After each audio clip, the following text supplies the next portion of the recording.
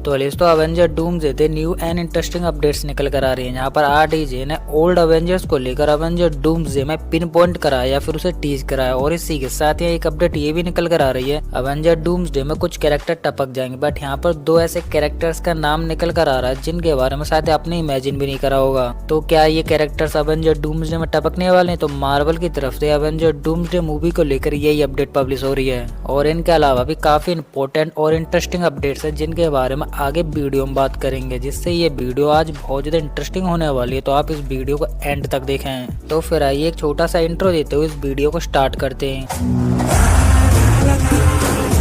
तो सबसे पहले बात करते हैं उन अवेंजर्स के बारे में जो कि अवेंजर डूम्सडे के बाद आगे मार्वल में कंटिन्यू नहीं करेंगे। मतलब ये है कि वो अवेंजर डूम्सडे में टपक जाएंगे। तो अभी लेटेस्ट इनसाइडर की तरफ से एक अपडेट निकल कर आ रही है जिसमें बताया जा रहा है कि अवेंजर डूम्सडे में ये अवेंजर्स टपकने वाले हैं। बट इससे पहले भी काफी रूमर्स निकल कर आ रहे थे कि अवेंजर डूम्सडे में थॉर एंड लॉकी टपकने वाले हैं। तो देखो थॉर की बात करें तो अवेंजर डूम्सडे में थॉर तो कहीं नहीं जाने वाला, जिससे थॉर अवेंजर्स के साथ रहेगा और डूम का डट के मुकाबला करेगा, क्योंकि थॉर डूम्सडे के बाद सीक्रेट वॉर और सीक्रेट वॉर मूवी के बाद थॉर 5 में दिखने वाला है। क्योंकि जो थॉर की लव एंड थंडर में जो बेइज्जती हुई थी या फिर कैरेक्टर खराब हो गया तो उसको थॉर 5 में बेहतर बनाया जाएगा और स्ट्रॉन्ग क्रिएट किया जाएगा। तो इस वजह से थॉर कहीं भी नहीं जाने वाला है, मतलब अवेंजर डूम्सडे में नहीं टपकने वाला। और रही बात लॉकी की, तो लॉकी का कैरेक्टर हमें जब भी ऑन स्क्रीन देखने के लिए मिला है वो बहुत चालाकी से भरा हुआ देखने के लिए मिला है, जिससे लॉकी के हमें ऑन स्क्रीन काफी बार मरने वाले सीन्स देखने के लिए मिले थे। बट लॉकी हर बार उनको चालाकी से क्रिएट करता था और अपने आप को सेव कर लेता था। तो अवेंजर डूम्सडे में लॉकी तो नहीं मरने वाला, क्योंकि अवेंजर डूम्सडे के बाद सीक्रेट वॉर मूवी आने वाली है और सीक्रेट वॉर मूवी में लॉकी के एक बहुत इंपॉर्टेंट सीन है जो कि लॉकी के बिना क्रिएट हो ही नहीं सकता है। तो उसी के साथ एक कैरेक्टर और निकल कर आता है जो कि अवेंजर डूम्सडे में डूम के हाथों टपक सकता है, और वो है टोपी मैगवायर। जिससे मैंने यहाँ ये बोला था कि अवेंजर्स की टीम से कोई कैरेक्टर या फिर दो कैरेक्टर टपकने वाले हैं। तो टोपी मैगवायर वाला स्पाइडरमैन अवेंजर्स टीम का पार्ट नहीं है, और मैंने यहाँ पर दो अवेंजर्स के बारे में बोला था। तो इनसाइडर की अपडेट के अकॉर्डिंग वो दो कैरेक्टर्स निकल कर आते हैं। पहला कैप्टन अमेरिका AKA नोमैड का कैरेक्टर, और दूसरा जो कि शायद आपने इमेजिन भी नहीं करा होगा वो कैरेक्टर है बग्गी बार्न्स। जिससे यहाँ कैप्टन अमेरिका AKA नोमैड का कैरेक्टर तो समझ में आता है कि डूम उसे टपकाने वाला है कुछ रीजंस की वजह से, क्योंकि इंपॉर्टेंट भी है। बट यहाँ बग्गी बार्न्स का कैरेक्टर डूम के हाथों क्यों टपकने वाला है ये थोड़ा समझ में नहीं आता है। जिससे मैंने यहाँ पर अपना थोड़ा सा दिमाग लगाया और उस चीज को सर्च पर डाला, जिससे मुझे पता चला कि जो बग्गी का किल डाउन है वो Captain America the Civil War movie से कनेक्टेड, और वो किस तरीके से कनेक्टेड है वो आगे मैं आपको वीडियो में बताता हूँ। जिससे हम सबको ये तो पता है कि फाइनली अवेंजर डूम्सडे में कैप्टन अमेरिका आ रहा है, और कैप्टन अमेरिका का जो एंट्री सीन हमें अवेंजर डूम्सडे में देखने के लिए मिलेगा वो एंड गेम से कनेक्टेड होगा, जहाँ पर कैप्टन अमेरिका स्टोन्स को रिटर्न रखने जा रहे थे और उसी सीन को अवेंजर डूम्सडे में स्टार्ट किया जाएगा।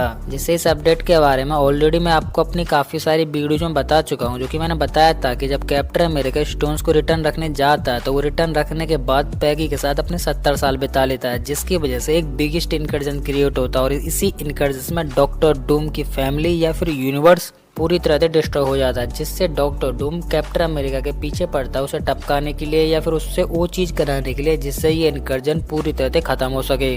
जिससे डूम अवेंजर डूम्सडे में डायरेक्टली कैप्टन के पास जाने का टारगेट करेगा, मतलब कुछ सोचेगा जिससे मैं कैप्टन के पास जाता हूँ। बट उस चीज को लॉकी देख रहा होगा, क्योंकि लॉकी सभी टाइमलाइंस को होल्ड करे हुए थ्रोन पर बैठा है। जिससे लॉकी डूम की इस वाली आदत या फिर बात को देखकर टीवी से ये बोलेगा कि वहाँ से कैप्टन को हटाओ और एक स्पेसिफिक जगह या फिर सेफ जगह लेके जाओ, जिससे टीवी वाले कैप्टन को एक सेफ जगह लेके जाएंगे। बट यहीं अर्थ 616 के सुपर हीरोज या फिर अवेंजर्स को पता चल जाएगा कि हमारा यूनिवर्स कोलैप्स होने वाला है या फिर डिस्ट्रॉय होने वाला, और उसे कर रहा है डॉक्टर डूम। जिससे यहाँ पे दो टीम क्रिएट होंगी, जिसमें से एक टीम डूम का सामना करेगी और दूसरी इनकर्जन ठीक करने जाएगी। जिससे इनकर्जन ठीक करने जाने वाली टीम में थॉर, कैप्टन मार्वल और भी काफी पावरफुल कैरेक्टर्स रहेंगे। और सबसे इम्पोर्टेंट बात की यहाँ पर बग्गी भी अपनी टीम के साथ रहेगा। जिससे इनकर्जन ठीक करते जाते टाइम हमें बग्गी और कैप्टन अमेरिका का एक मीटअप होता हुआ देखने के लिए मिलेगा, जहां पर बग्गी और कैप्टन अमेरिका की हमें बिगेस्ट जोड़ी देखने के लिए मिलेगी, जो कि सबसे पहले हमें captain America the first Avenger movie में देखने के लिए मिली थी।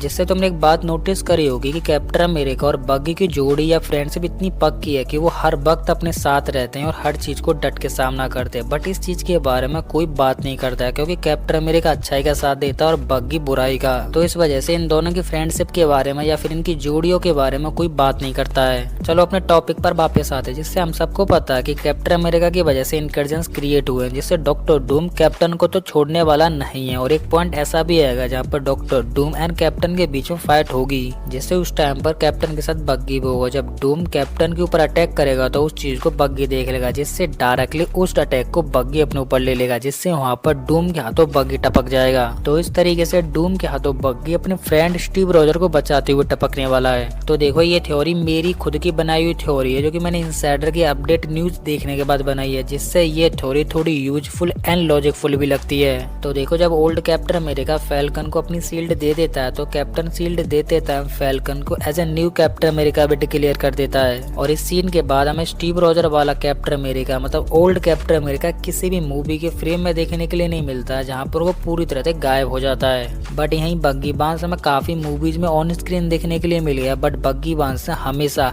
कैप्टन अमेरिका का जिक्र करा है, जिससे बग्गी की कैप्टन के बारे में बात करने वाली चीज आगे फ्यूचर में इंडिकेट करती है कि बग्गी और कैप्टन का आगे टीम अप हो सकता है, या फ्यूचर में किसी एक रियूनियन की तरफ इंडिकेट कर रहा है। तो ये मेरे हिसाब से 100% है कि अवेंजर डूम्सडे में कैप्टन अमेरिका एंड बग्गी का रियूनियन हो सकता है, या फिर हमें एक टीम अप देखने के लिए मिलेगा।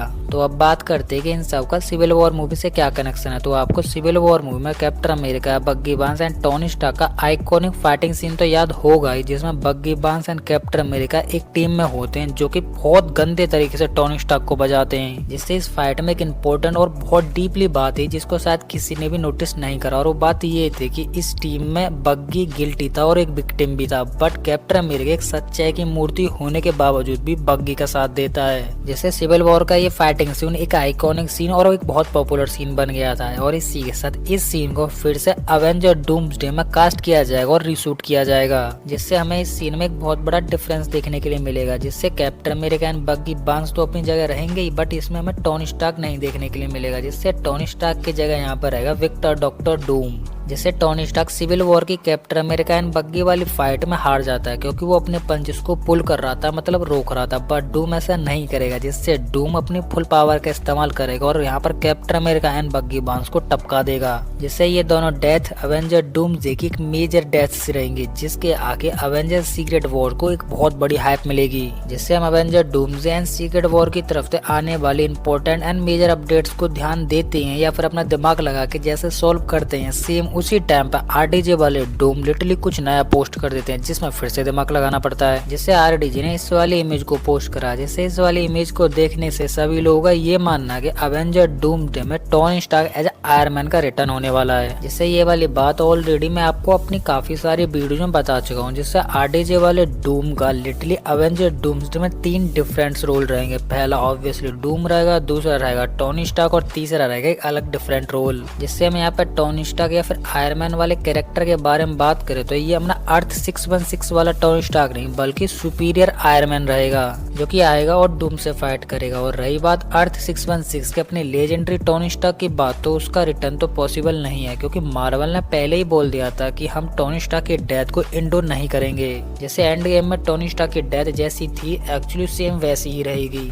और इसी के साथ यहाँ एक बात और निकल कर आती है, जिस वजह से आरडीजे ने यहाँ पर doctor Doom and Tony Stark की इस इमेज को पब्लिश किया है। और वो बात ये है कि आरडीजे ने इन दोनों कैरेक्टर्स को थैंक यू बोलने के लिए पोस्ट करा है, जिस वजह से वो आज इतने फेमस हो पाए। बट मुझे नहीं लगता कि आरडीजे ने इस बात के लिए इस पोस्ट को पब्लिश करा है। यहाँ पर मतलब बात कुछ भी हो सकती है जिस वजह से आरडीजे ने इसको पब्लिश किया हो, बट मेरे अकॉर्डिंग ये हो सकती है जिससे आरडीजे अवेंजर डूम्सडे में किसी न किसी तरीके से वापस आएगा, क्योंकि आरडीजे इकलौता ऐसा कैरेक्टर निकलेगा जो कि अवेंजर्स को बताएगा कि हम किस तरीके से डूम को बीट कर सकते हैं। और सबसे इम्पोर्टेंट बात कि आरडीजे की जो डेथ है वो कहीं ना कहीं से एक्चुअली में डूम से कनेक्टेड है। जिससे रोबर्ट डाउनी जूनियर ने डॉक्टर डूम और आयरन मैन की जो इमेज पोस्ट करी है वो यहाँ पर आयरन मैन को टीज करने के लिए करी है, क्योंकि हम सबको ये तो पता है कि आयरन मैन लिटरली बहुत बड़ा कैरेक्टर है और वो कहीं ना कहीं से डॉक्टर डूम से कनेक्टेड है, चाहे उसका फेस हो, पावर हो या फिर या बैक स्टोरी हो। जैसे उसी चीज को दिखाने के लिए या फिर उसके कनेक्शन को साफ दिखाने के लिए इस इमेज को पोस्ट किया गया, जो कि इनडायरेक्टली उसे टीज कर रहा है। जिससे मैं यहाँ पर ये तो 100% नहीं बोल सकता कि हमें टोनी स्टार्क वाला वाला iron man literally Avenger Doomsday में देखने के लिए मिल जाएगा। बट हाँ, मैं ये जरूर बोल सकता हूँ कि Robert Downey junior Avenger Doomsday में एक आयरन मैन के कैरेक्टर को लिटरली कास्ट या फिर प्ले करेंगे जरूर। जो सबसे ज्यादा इंडिकेट या फिर बात जो निकल कर आ रही है वो सुपीरियर आयरन मैन की तरफ से निकल कर आ रही है।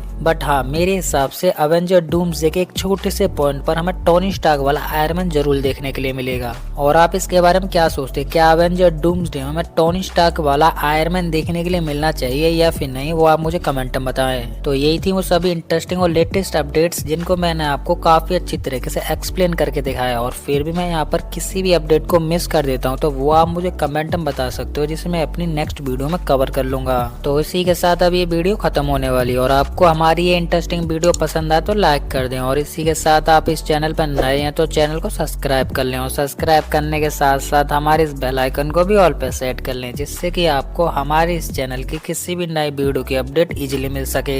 तो इसी के साथ मैं इस वीडियो को यहीं पे एंड करता हूँ। तो आप हंसते रहिए, मुस्कुराते रहिए और अपनी फैमिली के साथ खुश रहिए। तो मैं मिलता हूँ आपको किसी और ऐसे ही हमारी मजेदार वीडियो में, तब तक के लिए गुड बाय।